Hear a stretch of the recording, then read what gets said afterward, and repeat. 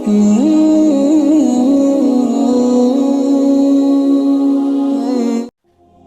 اللہ الرحمن الرحیم اقیموا الصلاۃ وآتوا الزکاۃ وارکعوا مع الراکعین۔ قرآن کریم کی اس آیت مبارکہ میں اللہ رب العزت نے نماز اور زکوٰۃ کی فرضیت کا ذکر فرمایا ہے۔ اللہ تعالیٰ نے جتنے بھی احکامات اس امت کے لیے اللہ رب العزت نے اتارے ہیں وہ سارے کے سارے حضرت جبرائیل علیہ السلام کے ذریعے سے آپ علیہ السلام کی ذات اقدس پر نازل کیے گئے۔ لیکن ایک عبادت ایسی بھی ہے جو اتنی بلند ترین اور بڑی اور اہم ترین عبادت ہے کہ جو عبادت اللہ رب العزت نے اس کا حکم دنیا میں نازل نہیں فرمایا، بلکہ جیسے ہماری دنیا کے اندر ایک وتیرہ اور طریقہ ہوتا ہے کہ جب کوئی خاص مہمان اور دور سے کوئی مہمان آتا ہے تو ہم اس کا استقبال بھی کرتے ہیں، اس کے رہائش کا، اس کے کھانے پینے کا اور اس کی تمام سہولیات کا خیال بھی رکھتے ہیں۔ اس کے ساتھ ساتھ پھر ہم یہ بھی کرتے ہیں کہ جب وہ مہمان جانے لگتا ہے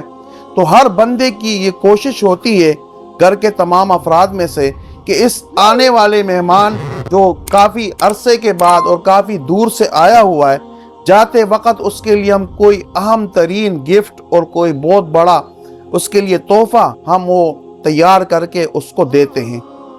جہاں آپ صلی اللہ علیہ وسلم کا سفر مبارک ہے معراج کا، اس رجب المرجب کے مہینے میں، تو آپ علیہ السلام جب وہاں اللہ تعالیٰ کے سے ہم کلام ہوئے تو واپسی میں آتے ہوئے اللہ رب العزت نے جو تحفے دیے ان تحفوں میں سے ایک بہت بڑا تحفہ نماز کا بھی ہے۔ اس لیے کہ آپ صلی اللہ علیہ وسلم کے علم میں یہ بات تھی کہ میں جب دنیا میں جاؤں گا اور میری امت کو یہ پتہ چلے گا کہ میں اللہ تعالیٰ سے ہم کلام ہوا، میں نے اللہ تعالیٰ سے باتیں کی، تو ان کے دل میں بھی یہ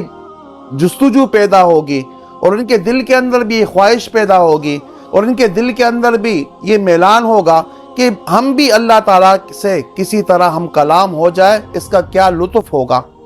اس کے لیے اللہ رب العزت نے جو آسان طریقہ بتا دیا کہ جس کے لیے کوئی سفر کرنے کی ضرورت نہیں، جس کے لیے کہیں دور جانے کی ضرورت نہیں، جس کے لیے کوئی بڑی مشقت اٹھانے کی ضرورت نہیں، آپ صلی اللہ علیہ وسلم سے واپسی پر آتے ہوئے اللہ رب العزت نے اس امت کو جو اپنی طرف سے ایک بہت بڑا تحفہ دیا وہ 5 وقت کی نمازوں کا ہے۔ بخاری شریف کی حدیث ہے کہ آپ علیہ السلام جب وہاں سے روانہ ہوئے تو اللہ رب العزت نے 50 نمازیں اس امت محمدیہ کے لیے تحفے کے طور پر آپ علیہ السلام کو عطا کی۔ جب آپ وہاں سے روانہ ہوئے، نیچے حضرت موسیٰ علیہ السلام سے ملاقات ہوئی تو حضرت موسیٰ علیہ السلام نے پوچھا کہ اے نبی آخر الزمان، آپ اللہ تعالیٰ کی بارگاہ سے آ رہے ہیں، آپ کو کیا تحفے میں دیا گیا؟ تو حضور علیہ السلام نے جواب میں فرمایا کہ موسیٰ کلیم اللہ، مجھے 50 نمازیں دی گئی ہیں، میری امت کے لیے تحفے کے طور پر اللہ تعالیٰ نے 50 نمازیں عطا کر دی ہیں۔ موسیٰ علیہ السلام نے فرمایا کہ اے نبی علیہ السلام، آپ کی امت یہ 50 نمازیں ادا نہیں کر سکیں گی، میرا مشورہ یہ کہ آپ اللہ تعالیٰ کی بارگاہ میں دوبارہ جائیں اور کچھ کم کروائیں۔ آپ علیہ السلام دوبارہ تشریف لے گئے، 5 نمازیں کم کرائی گئی، 45 ہو گئی، دوبارہ آئے، پھر موسیٰ علیہ السلام نے فرمایا کہ اے نبی، یہ آپ کی امت یہ 45 نمازیں بھی ادا نہیں کر سکیں گی، اور بھی کم کرائیں۔ بہرحال آپ جاتے گئے اور 5 نمازیں کم کراتے گئے، یہاں تک کہ 5 نمازیں رہ گئی۔ جب 5 نمازیں رہ گئی تو اللہ رب العزت نے فرمایا کہ اے میرے نبی، میں نے تو 50 نمازیں اپنے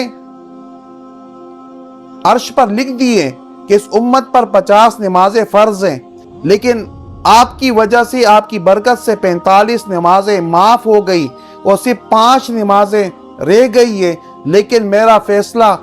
کبھی بھی تبدیل نہیں ہوتا، لا تبدیل لکلمات اللہ۔ میں نے 50 نمازوں کا جو ثواب 50 نمازوں پہ لکھ دیا تھا، اب وہی 50 نمازوں کا ثواب میں آپ کی امت کو 5 نمازوں پر عطا کروں گا۔ اتنا بڑا تحفہ اور اتنی بڑی بارگاہ سے اور اتنی بڑی ہستی لے کر اس دنیا کے اندر تشریف لائے ہیں، اس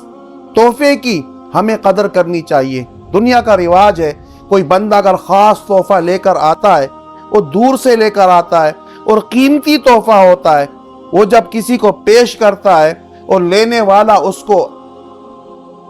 اللہ معاف کرے ہلکی نظر سے لے لیتا ہے یا حقارت کی نظر سے وصول کرتا ہے تو دینے والے کو کتنی تکلیف ہوتی ہے۔ اور جب تحفہ دینے والے کو یہ پتہ چل جائے کہ اس نے میرے تحفے کی ناقدری کی ہے اور اس کو ضائع کیا ہے تو تحفہ دینے والے کے دل پر کیا گزرتی ہے۔